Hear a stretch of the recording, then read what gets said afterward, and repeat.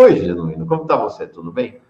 Bom dia, Mauro, tudo bem? É um prazer participar do Café contigo, apreciando os temas mais candentes da semana. Estou à sua disposição e da comunidade do nosso Café com Fórum. Olha, eu primeiro, depois queria falar do contexto disso, mas eu queria um olhar seu para este vídeo que foi uma afronta, e realmente está se falando disso já há 2 dias. Continua no ar o vídeo nas redes sociais da Marinha, tem mais de 3 milhões de visualizações, ficou todo mundo muito chocado. Queria um olhar seu para este vídeo. Tira essa cabeceira da praia! Vou tirar o som. Como é que você olhou este vídeo? Qual foi o impacto para você? Como é que você avalia esse vídeo? Ô, Mauro, é um desrespeito à população, ao país. Mais do que um desrespeito, é uma atitude que revela o pano de fundo da autonomia das Forças Armadas em relação à sociedade, do exercício de uma tutela política sobre os demais poderes e de uma concepção autoritária, como se os militares tivessem a superioridade moral diante das instituições. Isso está na formação, na estrutura e na concepção das Forças Armadas. Vem com a criação da Marinha, que está relacionado com o Rio de Janeiro, em 1565, com a expulsão dos franceses, está vinculado com a criação do Exército da Batalha de Guararapes, toda uma concepção que tem traços do colonialismo, tem traços de uma característica racista. Não é por acaso que uma das rebeliões memoráveis aconteceu na Marinha, o almirante negro, João Cândido, que até hoje não foi restabelecido o seu papel, a sua função histórica. Então, há uma mistura de conservadorismo, de superioridade, entre aspas, moral, de autonomia dentro das instituições e do exercício da tutela. Isso o pano de fundo é isso. Aparece essa execração, aparece esse desrespeito, essa coisa. Olha bem, Mauro, depois do comandante da Marinha ser denunciado como um dos líderes do golpe contra o Lula, dele estar naquela articulação golpista do 8 de janeiro. Ele se recusou, inclusive, a transmitir o cargo para o Lula após a diplomação do Lula. Este é o pano de fundo dessa concepção elitista, repetindo, autoritária, uma espécie de superioridade em relação aos civis. Eles são enviados, eles representam aquilo que eles se auto-intitulam como os melhores. Isso está na doutrina de um autoritarismo em que as Forças Armadas, ao longo da nossa história, sempre exerceu com pronunciamentos, tentativas de golpes, como o de 64, como o golpe de 2016. Portanto, eu acho que essa questão evidencia muito a necessidade, além da punição dos golpistas, reformar a instituição, mudar os parâmetros, mudar os pressupostos de uma nova política de defesa para o país, estabelecer um outro modelo de formação política das academias, a partir de uma política nacional de defesa como política pública. As Forças Armadas, elas foram, Mauro, para uma grande aventura militarista, com a eleição do inelegível Bolsonaro e com a tutela que exerceram militarizando o governo. Está na hora de fazer uma ampla reforma. E eu sou defensor, defendo, exijo e coloco essa necessidade. E esse vídeo fala por si só. Esse desrespeito, esse elitismo autoritário, essa visão arrogante. As Forças Armadas e os seus comandantes deviam estar fazendo discurso de reparação perante a opinião pública, diante de 700 mil mortes de Covid, diante do desastre que foi Bolsonaro, diante das tentativas de golpe. Aí vem apresentar um vídeo, olha bem, mano, com a ideia de privilégio, porque os privilégios que existem... Essa é uma coisa que me impressionou, Genuíno. Eles não têm... A gente fica falando da bolha da esquerda, bolha que essa turma vive, eles não têm a menor ideia do que é a vida civil, né? Do que é o trabalho de uma trabalhadora doméstica, do operário da construção civil. Olha, se você vê os critérios que ele tem sobre de uso de fardas, os critérios sobre moradia, os critérios para a rede hospitalar das Forças Armadas, os critérios em relação às mudanças e transferências para outros estados, por exemplo, é uma espécie de casta com muitos privilégios. E eu acho que as pesquisas indicam, Mauro, uma avaliação negativa das Forças Armadas perante a opinião pública. Portanto, há condições de se fazer uma mudança, uma reforma. Porque os privilégios, essa superioridade moral, entre aspas, ela expressa uma concepção autoritária que vem da formação, vem da colônia, vem do império, e que a República, que foi proclamada por um golpe de Estado, consagrou esse modelo de autonomia, de tutela e de superioridade, entre aspas. A Miriam Marques fala, tem uma cena que mostra indígenas de forma dúbia, como se fosse objeto de combate, eles estão rastejando ali. E ela mesma diz isso aqui, é a minha próxima pergunta para ti. O governo nos deve explicações sobre esse vídeo. Isso me deixou também espantado, que eu nem sei se eu fico espantado, porque essa relação do governo Lula com os militares é um negócio muito esquisito mesmo. Genuíno, sai esse vídeo e continua no ar. E não tem uma repreensão do ministro da Defesa, o presidente da República não chega, porque é evidente que o Lula está sabendo do vídeo, né? Não chama o moço e fala, cara, manda eles tirarem. Ministro, manda eles tirarem do ar. O chefe da SECOM, Paulo Pimenta, não abre a boca para falar nada. É um silêncio completo, portanto, uma complacência do governo. Né? O mínimo era retirar esse vídeo. O mínimo era exigir que o comando da Marinha, através do ministro da Defesa, que devia ser a autoridade política do governo nas Forças Armadas, e não o contrário, agir de imediato. Esse vídeo é desrespeitoso, diante de tudo que está ocorrendo com as Forças Armadas, com tudo que está sendo revelado, com tudo que está sendo do conhecimento público. Esse vídeo é uma prova de arrogância, de pagar para ver. É uma espécie de tutela que vai continuar sendo exercida no governo Lula. E no meu modo de entender, Mauro, quando você não comanda as Forças Armadas, abre espaço para eles colocarem posições, criar fato consumado, criar situações de fato para que eles possam exercer esse modelo de tutela. É isso aí. Agora, deixa eu te perguntar uma questão. Olha a sequência, Genuíno, isso me impressionou muito. Bom, primeiro que o presidente Lula manda o Haddad incluir as Forças Armadas no pacote de austeridade, e aí o Haddad vai até o Múcio e os comandantes militares para meio que pedir autorização para incluí-los no pacote. Aí inclui. Aí, a hora que inclui os militares no pacote, eles falam, não, assim não. Essa coisa, não, como é que nós vamos daqui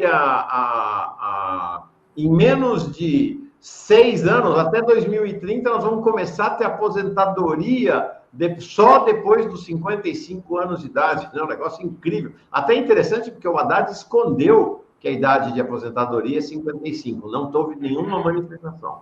Aí eles vão lá, o presidente Lula, que os recebe no sábado no Palácio da Alvorada. Aí esse vídeo sai no domingo, com uma resposta ao governo pela ação de colocar no pacote. E aí, na segunda, tem uma reunião no Planalto de manhã, e aí a decisão é, a parte dos militares no pacote de austeridade não foi enviada para o Congresso. Eu fico pensando, mas não precisava ter negociação com o pessoal do BPC, do salário mínimo, do abono. É meio chocante, viu, Janine? Essa sequência é muito impactante, né? É o exercício da tutela. Olha bem, quando o pacote foi ventilado, os banqueiros se reuniram com o governo. Quando o governo sinalizou que ia ter a participação das Forças Armadas, as Forças Armadas se reúnem com o governo.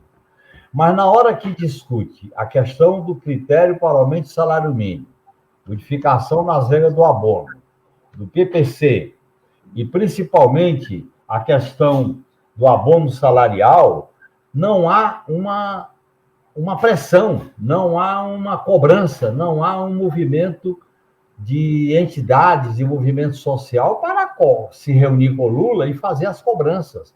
É só o andar de cima que faz cobrança, porque diante dessas pequenas mudanças, eles não querem mudar nada. É ser perverso diante do andar de baixo, quer dizer, os trabalhadores que estão na situação de praticamente de penúria social, porque quem recebe abono, PPC e depende do salário mínimo, está na situação limite. Então, isso mostra, Mauro, como as nossas escolhas políticas estão equivocadas, quer dizer, a elite de cima pressiona e leva. O povo que votou no Lula, que quer mudanças, que tem indicadores positivos em relação ao emprego, ao salário, etc., numa questão como essa, ele fica, vamos dizer assim, à margem. Eu acho que é necessário que haja um movimento em relação a isso. Por exemplo, Mauro, a questão da isenção do imposto de renda, a tabela da isenção, a questão da taxação para quem ganha mensalmente acima de 50 mil, e no caso do índice de correção do salário mínimo, eu acho que o Congresso vai empurrar isso para frente. No meu modo de entender, quando ficar caracterizado esse empurrar com a barriga, eu acho que a esquerda no Congresso deveria apresentar uma proposta de fazer um plebiscito na sociedade sobre esses temas. Vamos ouvir a sociedade, vamos dialogar, vamos discutir, para que o povo possa ser ouvido, possa determinar. A gente tem que sair dessa regra, dessa rotina, dessa lógica, que os de cima não pagam e os de baixo são sacrificados. Eu acho que isso é uma prova disso. Agora, olha bem, Mauro, os pequenos avanços que aconteceu nos super salários são pequenos, podia ter avançado mais. E eu duvido que essas mudanças tímidas sobre o super salário possa ainda passar no Congresso Nacional. Para os cortes é já. Para aquilo que representa mudanças, vamos dizer assim, no imposto de renda, na relação entre os mais ricos, isso vai sendo postergado para frente. Eu acho que nós estamos numa situação muito delicada e estava na hora da bancada de esquerda, a bancada do PT, dos demais partidos de esquerda, ter uma discussão mais contundente com o governo Lula, com a equipe econômica do governo Lula, sobre essas questões que nós não podemos ficar administrando cortes que atingem o povo e os de cima sendo protegidos de mudar alguma coisa para que nada mude. Eu acho que essa ação das Forças Armadas, no momento que eles estão sendo investigados, no momento que os áudios são revelados, no momento em que alguns oficiais podem ser denunciados, eu acho que há uma tentativa de pressionar o governo, de pressionar, de limpar a imagem perante a sociedade e não fazer as mudanças necessárias. É uma situação que eu considero delicadíssima nesse momento.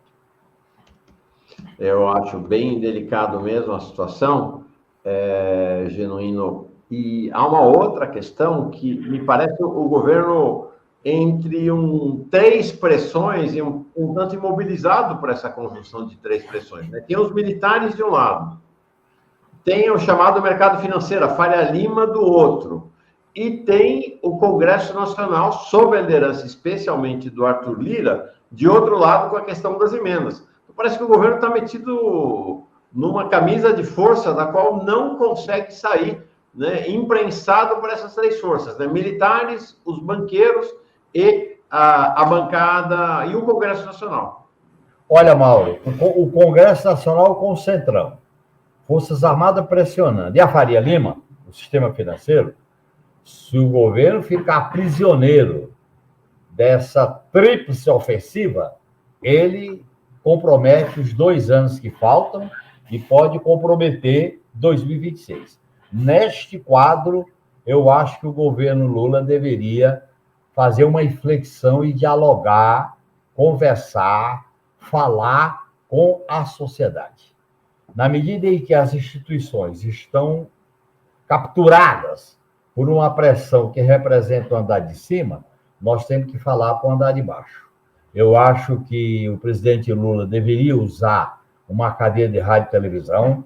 Eu acho que as bancadas de esquerda deveriam fazer propostas, mesmo que percam, mas que dialoguem com a sociedade, e nós devemos fazer um chamamento à mobilização política dos movimentos sociais, das entidades, das lideranças políticas diante desse quadro. É um quadro perigosíssimo para os 2 anos e para a reeleição de 2026, porque eles querem aprisionar. Por exemplo, Mauro, esse terrorismo em relação ao dólar, o que eles querem? É aumentar os juros, pode ter certeza. Eles estão trabalhando para, na próxima reunião do cupom, e o Galipo já está sinalizando isso, aumentar o juro. Porque o aumento do juro é fundamental para os lucros dos rentistas. É isso que eles querem, entendeu? É uma espécie de chantagem que eles estão executando. E aí as várias categorias com privilégios, que está dentro do Congresso, dentro do Poder Judiciário, dentro das Forças Armadas, querem manter a situação como está. Então, eu acho que é uma situação, no meu modo de entender, inaceitável para a esquerda e para um governo de centro-esquerda que sinalize, pelo menos, Mauro, uma tensão, sinalize um enfrentamento, sinalize um tipo de polarização diante desse quadro. Sabe, Genuíno, eu mostrei aqui mais cedo, não vou mostrar agora de novo, foi relativamente longo, 6 minutos, né, para tempo de TV, um vídeo do Stedley. O Stedley faz regularmente, o João Pedro Stedley, né, o coordenador nacional da MST, faz vídeos de análise de conjuntura para os ativistas, militantes, para o pessoal do MST. Esses vídeos antes eram feitos só internamente, ou até antes da internet, ele fazia palestras para as lideranças do MST. Agora não, você vai lá no canal do MST e tem, ele fez um no começo de outubro e fez outro agora no final de outubro. Vídeos que, em tese, deveriam durar 15 minutos, esse último aí durou 22 minutos. Pensei muito em você quando vi esse vídeo do Stedley, Genuíno. Ele tem uma avaliação muito preocupante em relação ao governo Lula, né? Ele diz que o governo Lula, quem mais está... Ele diz, olha, o governo Lula não entrega programas sociais, não entrega ação efetiva para os quilombolas, para os indígenas, para os sem terra, para os trabalhadores e as trabalhadoras pretos das periferias. As políticas sociais do governo não estão chegando, não chegam para esse povo, que, segundo ele, é o povo mais indignado, mais irritado com o governo nesse momento, num cenário, até achei interessante a expressão dele, ele fala, tem 70 milhões de pessoas na informalidade, não adianta nada o governo ficar falando, faz o L, desemprego zero, desemprego caindo, nunca teve tão baixo desemprego, quando ele falou, tem 70 milhões de pessoas que estão na informalidade, são pessoas ocupadas, não são pessoas empregadas propriamente. E ele fala, esse é um cenário dramático para nós, se a gente não for para a luta de massa, não for para o confronto com a burguesia, nós vamos acabar perdendo o governo, vamos acabar perdendo a eleição. Então, ele faz uma crítica muito forte a essa imobilidade do governo Lula. Pensei muito em você. Eu concordo com o vídeo do João Pedro, eu concordo com as avaliações e com as cobranças que são feitas, e eu acrescentaria que é necessário, nesse momento, agora, no início de 2025, as forças populares à esquerda se articulassem para dentro da sociedade, com as entidades, com os movimentos, com as experiências que existem, cobrar, pressionar, exigir coisa do governo. Esses 2 anos são decisivos, conforme diz o João Pedro Stedley, porque ao desidratar politicamente o que representaria compromisso do Lula no seu programa de campanha eleitoral, ao fazer a chantagem do mercado em relação à tirania fiscal, e ao aplicar a política de juros elevados, você chegará a duas possibilidades dramáticas. Ou vamos para 2026 com o Lula desidratado, e eles impondo a agenda neoliberal, ou eles derrotam o governo Lula e vão para uma candidatura que represente a radicalização do modelo neoliberal.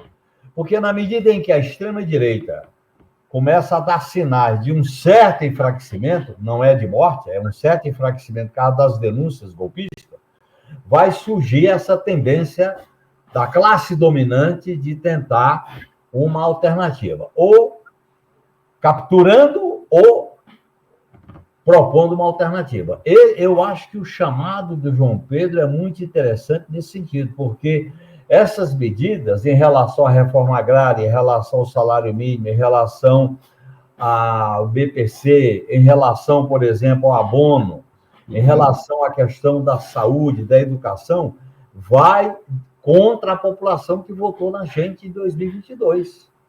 E na medida em que esse povo se desencanta, abre espaço para as teorias, a pregação fascista. Então, eu acho que é uma situação, vamos dizer assim, que dramática. Eu acho que o governo deveria se dar conta, deveria sair da zona de conforto, deveria, inclusive, fazer mudanças para recolocar outra agenda, está entendendo? E olha como eles estão capturando. Eles começaram a capturar pelo pacote no final do segundo turno e vem agora com esse pacote e vão dividir. O que é corte vai de imediato e o que é justiça mínima fica para depois. É a maneira em que a hegemonia do rentismo, dos monopólios, exerce nesse momento. Você veja bem como o agro está se beneficiando, Mauro, com essa alta do dólar. Está se beneficiando porque exporta. Agora, quem importa está se comprometendo. Então, esse modelo o governo não está enfrentando. Só o ajuste fiscal da Haddad, além do equívoco de conter os investimentos sociais, ele não enfrenta as bases para uma política de reindustrialização do país. Então, eu acho que é uma situação delicada, por isso que acho oportuno o vídeo do João Pedro Steg. Mas aí, Genuíno, para a gente... Vamos encerrar, mas depois eu quero embarcar uma pessoa aqui para você poder saudarmos. O perfil HTPPS Belo, o governo está sendo engolido pelo sistema financeiro e Congresso. A Kamala Mori, não é a Kamala Harris, do PT é liberal com culpa cristã, caridades pobres, caridade com os pobres. Deixa eu te falar, esta posição tua e do Stedley, eu acho que temos que falar abertamente. Não é consenso. Há outra visão. Até comentei mais cedo aqui um artigo do Tarso Genro, que merece todo o respeito, né? Tem uma trajetória importante, foi prefeito de Porto Alegre, governador do Rio Grande do Sul, ministro, que expressa outra visão. Né? O que ele está dizendo é que o arcabouço da Haddad é o que dá para fazer. E ele vai dizer mais, ele diz, olha, se não fizer o arcabouço, vai ter golpe contra o governo Lula. Ele diz que o governo está de mãos atadas e que, portanto, este programa neoliberal do Haddad é uma condicionante, é uma condição sine qua non para imposta ao governo Lula. Portanto, visões bem diferentes. Você tem encontrado nos debates internos do PT este embate entre... tanto faz aí, não estou falando de... Bom, João Pedro nem é do PT, mas a tua posição, a posição do Tarso Genro, interessa menos as pessoas, mais as posições do caso. É esse o embate que está acontecendo mesmo no interior do PT? O centro do embate é esse. Se o PT vai caminhar por dentro da ordem neoliberal, construindo uma espécie de social-liberalismo, que são pequenas conquistas sociais, mas sem mexer, sem enfraquecer o rentismo, sem enfraquecer a desregulamentação, sem garantir direitos, sem garantir os investimentos em políticas públicas, ou ficar, no meu modo de entender, com um rebaixamento das nossas bandeiras.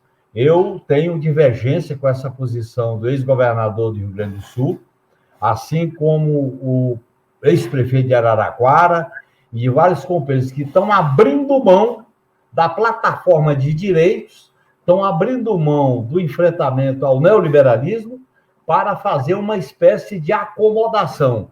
Isso, no meu modo de entender, Mauro, é o caminho da derrota política do PT.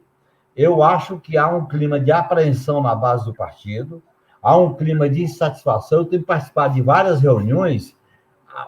Um texto das reuniões a gente consome com desabafo, com descontentamento, com uma espécie de, vamos dizer assim, de muita indagação.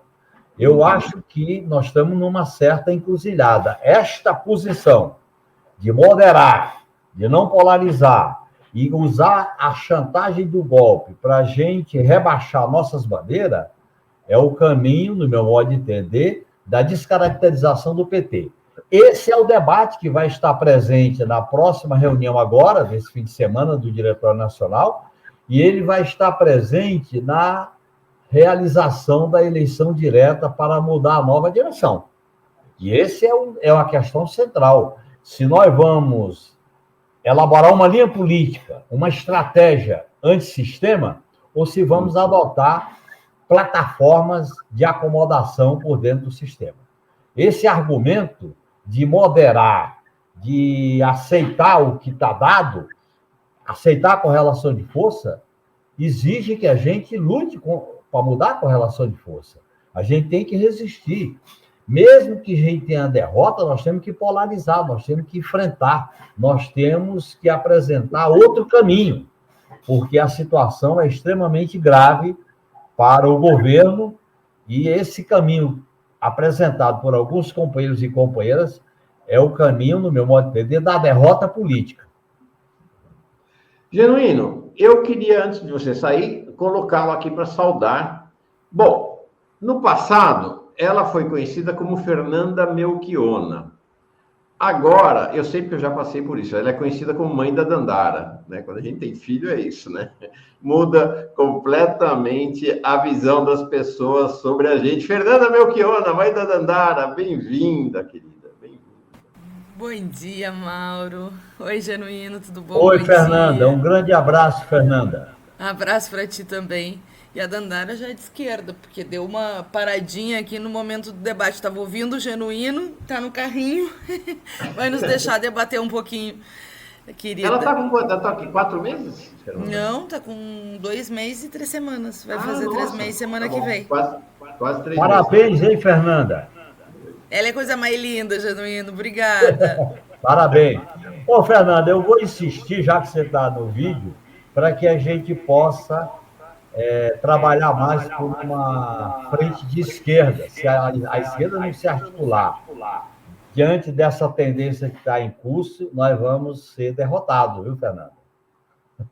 Não, também acho. Tanto agora nessa campanha, ou nessa luta que nós vamos ter que fazer contra as medidas de ajuste, quanto para ter outro rumo, né? Que altere a correlação de força e que aposte na mobilização social, porque senão a gente sabe que uma agenda econômica antipovo só ajuda. Isso sim ajuda o bolsonarismo, não o contrário. Eu penso bem diferente, né, daqueles que dizem que criticar o governo ajuda o bolsonarismo. Não, ajuda o bolsonarismo a fazer mais do mesmo e atacar trabalhador, né, Genuíno? Porque esse ataque no BPC é pesado, no abono e no salário mínimo, né?